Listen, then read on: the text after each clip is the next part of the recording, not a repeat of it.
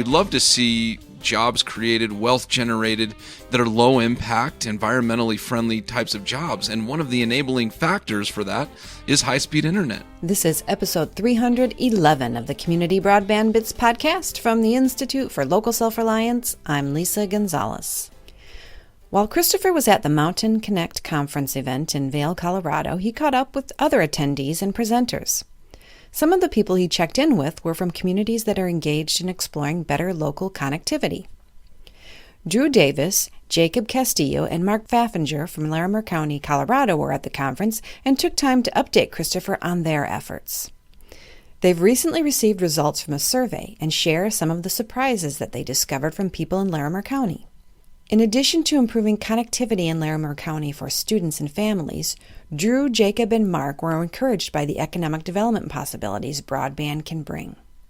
The guys also discussed the different strategies the county may take and the role they expect Larimer County to play as the community moves forward. Now here's Christopher with Drew Davis, Jacob Castillo, and Mark Pfaffinger from Larimer County, Colorado. Welcome to another edition of the Community Broadband Bits podcast. This is Chris Mitchell coming to you from Vail, Colorado, once again, home of the Mountain Connect Conference for 2018, sitting across from three folks from Larimer County. Drew Davis, the Broadband Program Manager for the county. Welcome to the show. Thanks, Chris. It's a pleasure to be here. We've got Jacob Castillo, the Director of Economic and Workforce Development. Welcome to the show. Thank you. Pleasure to be here. And Mark Pfaffinger, who says he's not going to say much, but welcome to the show anyway. Famous last words. Thanks for having us. Mark is the CIO of the county.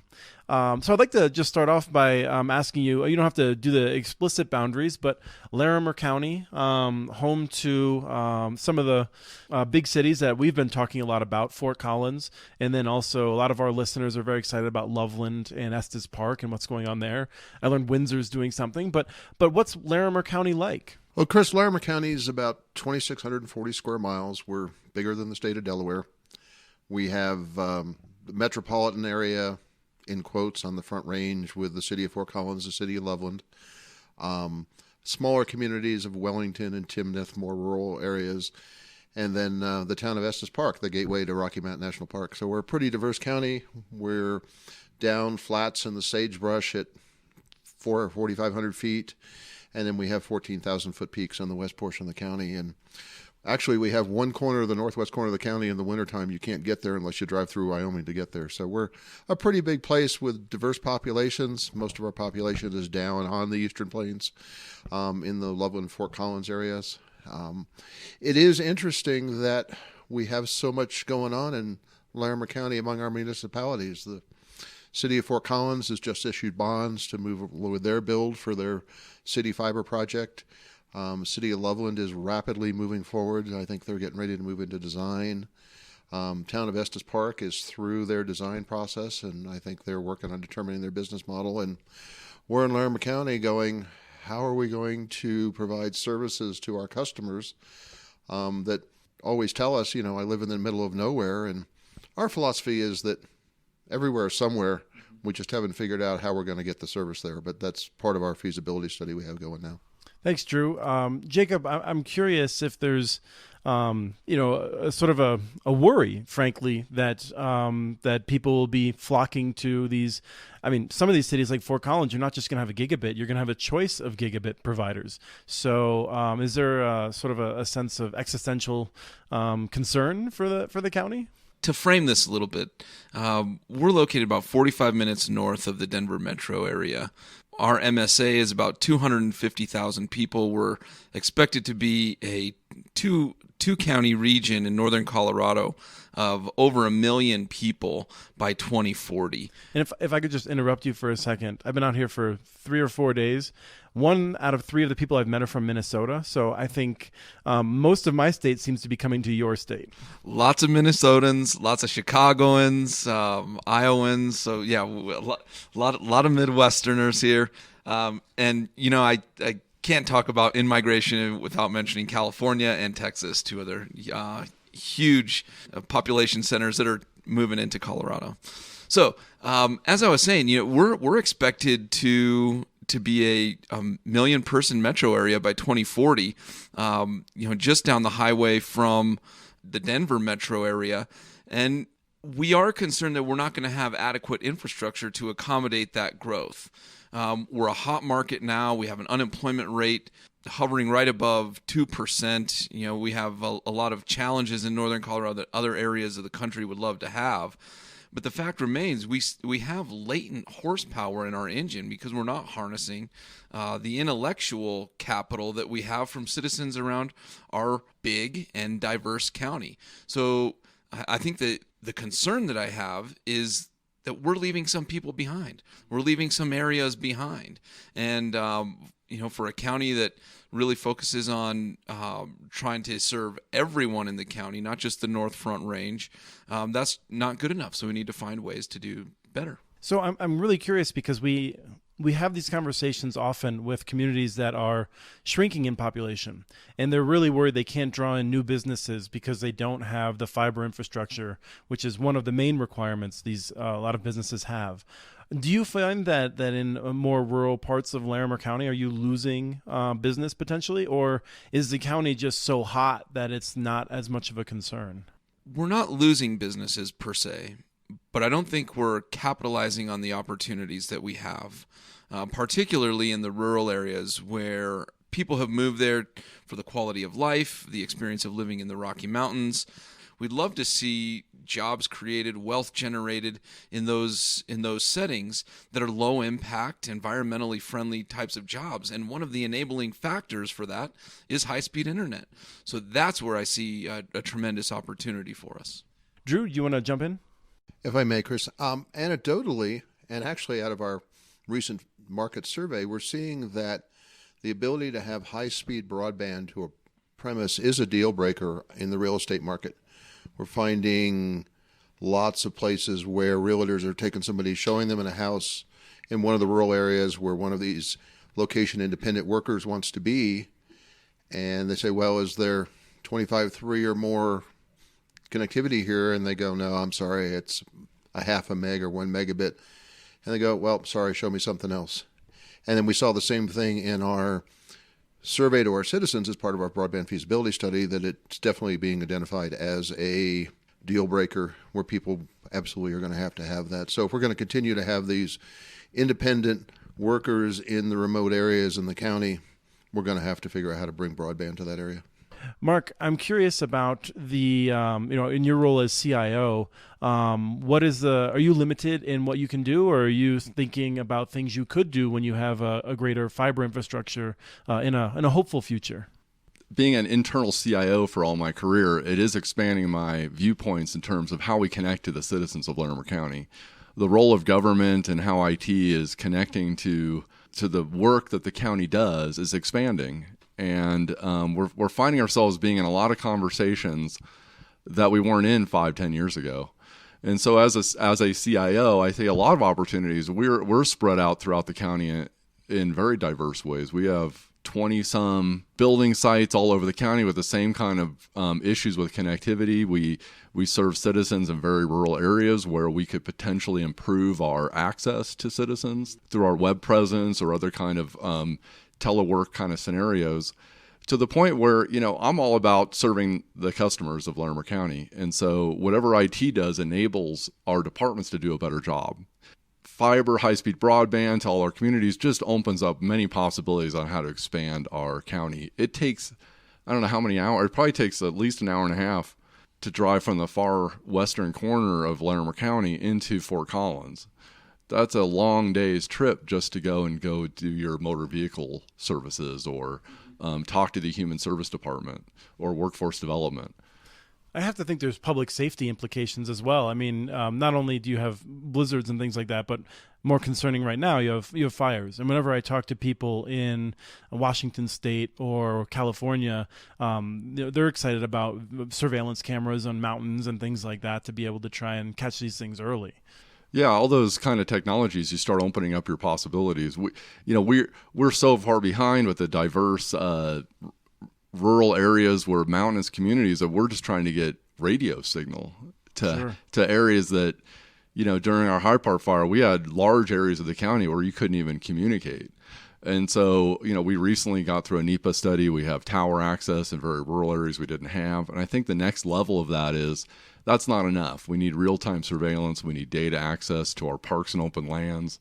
We need some automation capabilities to keep an eye on our public assets. One of the things you hear about Larimer County, one of the reasons I moved there 20 years ago, was the amazing outdoor recreation and resources that we have as a county.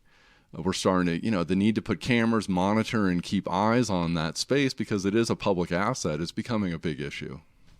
So, Drew, I want to come back to you because you did a survey, and one of the things you found is that people, not just people who are moving into the area want better broadband, but people who already live there want better broadband. You overwhelmed the company that you were working with to do this survey. Chris, it was pretty amazing. We sat down and did the planning for the survey in December last year, and we thought we might get a 10, 12, best ever 15% response rate. We sent about 12,000, we had 12,000 properties that we had selected that were candidates to receive the survey, and they were a mix of both full-time residential and a fair number, probably 40%, are seasonal dwellings. We mailed 8,500 surveys out, thinking we'd get, 900 of them back. Turns out we got a 32% response rate on our survey. The things that I find that make that so amazing is that, one, it's a mail survey, and the research says, 10, 12, 15% on a good day. But the other thing is I was really surprised because we have the number of seasonal dwellings that we got responses for that. We put my phone number on the survey questionnaire, and I would get 1 or 2 phone calls a day from people saying, why did I get this survey? I live in this town, I live in this town, I live in Denver. And then when you bring them back and say it's because you own property in the survey area, said, oh, absolutely, let me fill this out and tell you what I really need in terms. So a lot of motivation from our constituents to be able to give us information. So we feel like we have a really good statistically valid snapshot of what the demands and the needs of our customers are. Well, there is a common belief among, I think, more often people on the East Coast, people in the capitals of the various states who I think have a elite view of rural areas. And they think people either don't want it or don't know what they do with it. I think that's changing a bit. I've been asking this question similarly for 5 or 6 years, and it's not as bad as it used to be. But what's your sense of people's desires in rural Larimer County? I think it runs the gambit, Chris. We have some folks that they want to go to their second property and they want to drop out from the world and enjoy their weekend. There's a lot of folks that want this kind of service so they can spend more time there. And more importantly, we do have a reasonable year-round population in some of these corridors. We have a little village called Red Feather Lakes, and we recently were able to work with them to take their very, very slow DSL service and get them 50 megs of fiber connection into their library. And one of the things the library does is has a pretty powerful access point on the outside. And was talking to the library director, and he says, yeah, I see people that are logged in going to school-related sites to 11, 12 o'clock at night. So what's happening is parents don't have the resources at their homes in the community, so they park in front of the library, and the kids do their homework on laptops with this Wi-Fi connection until they're done. And we're seeing that within the current school systems, we're part of the Poudre School District, which is a pretty big school district, and it's very well ranked, very well demanding, that if you don't have good, solid broadband connectivity, you're at a disadvantage for doing research, for submitting your homework and those things. So it's interesting to see that there is both sides, but I think there's many more people that want to have this kind of connectivity than don't. Mark, you want to jump in? We don't have a lot of details on this survey question, but there was a question that I asked about your interest in starting a home business. And we were surprised. There was a shocking number of respondents that said in the next 5 years they were going to start or had plans or desires to start some sort of home business. And that was a critical aspect of the home business, was having adequate internet service in order to run their whatever this was. And there was a couple regions up by Wellington which is on our north of Fort Collins, kind of towards the Wyoming border, which had a surprising uptick in the number of people that wanted to do new business startups. And so I don't know that Jacob or I have great data about what's driving that or what are the influences of that, but it was a shocking number of survey respondents where you go, whoa, this really is an enabler for people to be able to accomplish some of their aspirations in terms of running home business. Jacob. Northern Colorado is an entrepreneurial area, and knowing that there are significant number of people in rural communities who are looking at home-based businesses or businesses that are only feasible or viable with the expansion of high-speed internet or broadband to their home is eye-opening to our policymakers, to our economic development partners. This is the kind of job creation and wealth generation that we want to see, low-impact job creation, but high-value job creation.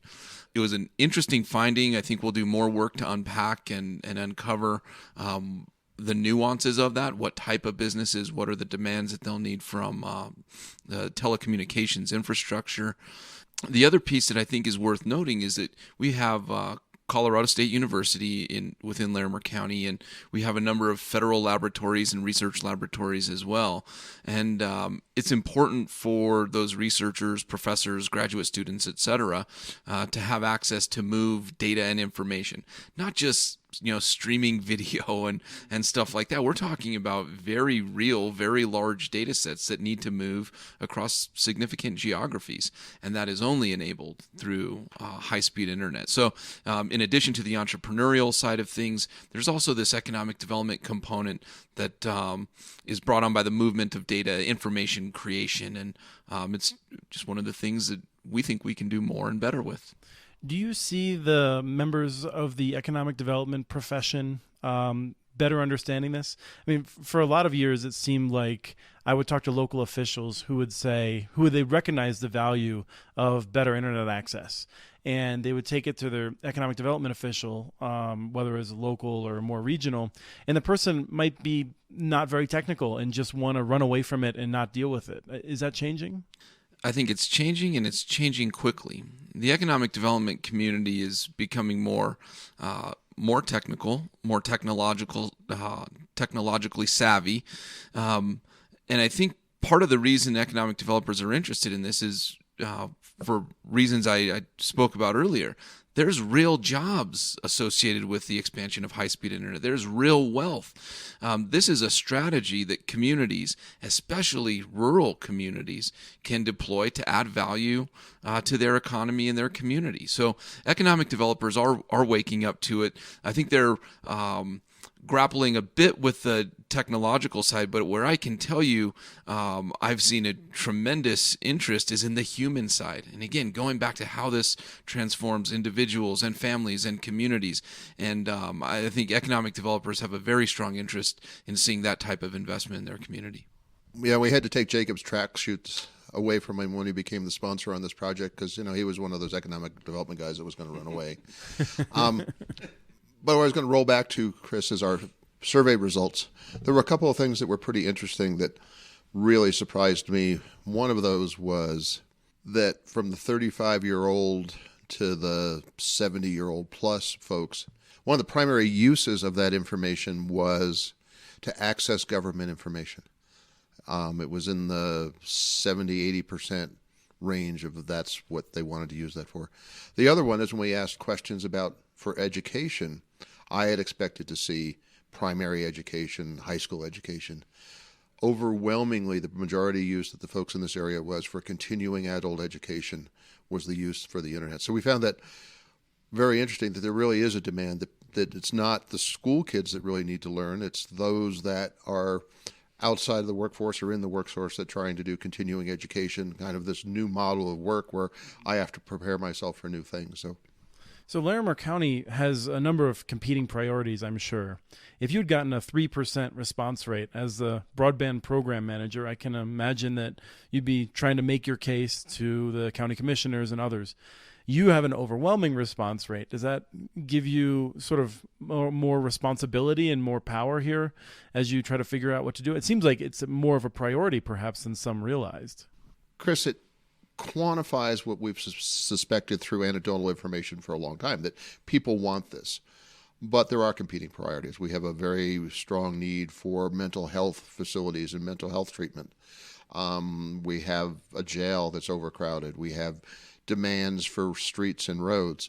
I see these as sort of complementary things where we can take synergies between broadband connectivity, the need for mental health, telehealth facilities, helping to resolve some of the transportation issues by trying to provide alternative ways to deliver services and to move intellectual resources across to accomplish work. So a logical question then is, what's next? I mean, it doesn't strike me that the county is likely to just go out and start building a fiber network. I'm curious what options you're evaluating and what a timeline is for moving forward. Our plan as we went into our feasibility study with our provider was that we were very, very focused on not having any preconceived outcome, because we've all seen studies where the local entity goes in with an outcome and what do they get from the consultant but the outcome. So we've gone in with a very broad, open outcome. We've focused our study in some geographic areas that fits with, we had a mountain resiliency plan as part of our comprehensive plan for planning for the county. So we've aligned our study areas with the information we had from that. So we have the county broken up into geographic areas. We're going to see what the consultant comes back with, and it may be a single strategy, it may be multiple strategies, it may be hybrid strategies. There may be places we do nothing, depending on what comes back. We hope to have our study results November, December time to be able to form a strategy for what we're going to do to move forward. We have seen some counties that have just taken this on, sometimes through the CIO department. Mark, I'm curious what sort of options that you're thinking about, even as we're waiting for the results of the study to come in. Are there some that are more likely than others, perhaps? Yeah, I think, even from the get-go of our study and talking with our commissioners, there's not a strong political interest to get into the utility business, to be an ISP and serve the Larimer County citizens. So a role of county government that comes up a lot in Larimer County is a facilitator. We're really the engine that helps make connections, that we're there to remove barriers, to be a facilitator of conversations between municipal, rural electric, our customers who are citizens of Larimer County. And the commissioners really want to connect with their population and go, where can I make a difference? Short of running their own utility and ISP service. So I think what we see a lot are opportunities around how can we bridge the gap between middle mile connections, facilitating access to fiber, maybe to get to wireless access points for distribution. We have communities that are more mobilized and probably better candidates for pilot programs. So I think in the next step, we're really hoping something tangible comes out of this. The commissioners are chomping at the bit to go, what can we actually facilitate and make a meaningful connection to show a difference to the community? Because once they get tied into the community needs and interests, they're all over it. I mean, they're working on expanding I-25, which was a huge community need. They're looking at building, fixing some facilities issues, and I think this is just another part of the thing in their whole strategic plan. As an IT guy and a geek, I find this stuff kind of cool and fun, but I think realistically, there's partners out there that can do a better job than we can running a network, and so that's what we would look to do. You certainly have several options from City of Longmont, if they were interested, to multiple private companies, wireless and wired, certainly. So I've worked with communities that don't have that luxury, so it certainly gives you more options. Drew? If I can jump in, Chris, one of the things that I also wanted to mention is that Larimer County has built broadband into their strategic plan. We do 5-year strategic planning processes. We've just come off of one. We're beginning to do the second process. And in both of those plans, the ability to have broadband has been identified as a key goal within each of those strategic plans. And Jacob is our goal steward for economic development, which is where we've put broadband. What does that mean to put it in the strategic plan? I think some people are worried that in some of the communities I've dealt with, I think a strategic plan has worked very well. In other cases, it seems like an excuse for doing a minimum amount. That's a great question, and I think all of us have been part of organizations where you do a strategic plan every 1 year, 3 years, 5 years, and it never leaves the shelf for that period That's of a time. concern. The way Larimer County has approached strategic planning is that this is above and beyond the work that we're already doing, above and beyond the process improvements that we want to make. And it really does require added effort and added resources with regular check-ins with our elected officials, with county leadership. So there's when something goes into our strategic plan, there's a lot of attention drawn to it and resources allocated. So when Drew says this is part of the Larimer County strategic plan, it means it's resourced to some extent and has some political horsepower behind it to make it work. So we're confident that over the past 5 years and looking into the future 5 years that there are continued investments in exploring how we facilitate high-speed internet delivery to all of Larimer County citizens. Mark, I'm curious if there's anything as a CIO where you feel like it's easier to do because it's in the strategic plan, in the sense of maybe conduit or things like that. I'm not even sure if that falls under your department. We have a very diverse department of services.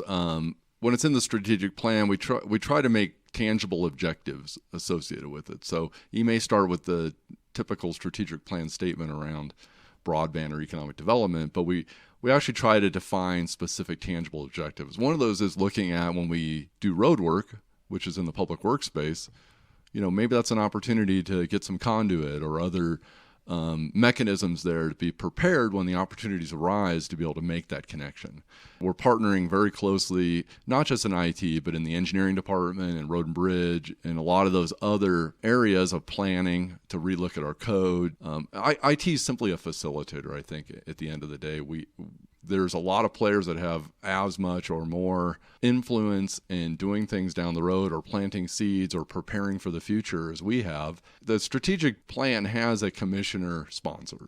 And if no one's willing to pick it up, it doesn't go on the strategic plan. So we have a political connection to the board. There's somebody watching over these, and there's stewards of each of the objectives. I don't know yet if IT is going to have any objectives. It really depends on what our next 5-year plan looks like. If it is, then we'll take it on, and hopefully we'll find a bunch of partners to help us with it. So, Jacob, I'm curious if you can tell us a little bit about how this has been interdepartmental. We know that there's a lot of different elements to deploying a broadband strategy wherever you are across the United States. And one of the things that we've had to do in Larimer County is take an interdepartmental approach to this. So we have public works, IT, economic development, all working on this. And I think that's really showing the community that this is a problem that's multidimensional. It's a challenge that has many facets, and we have to approach it that way. And sometimes it's difficult when the community or elected bodies or business and civic leaders think of it as just a technology, just a technological solution. And really, there's much more that's involved in this. And, we're trying to take a very holistic approach in how we look at broadband deployment. And that's certainly a characteristic we've seen among successful projects, is that willingness to work across silos. Drew, I want to wrap up with a question to you, because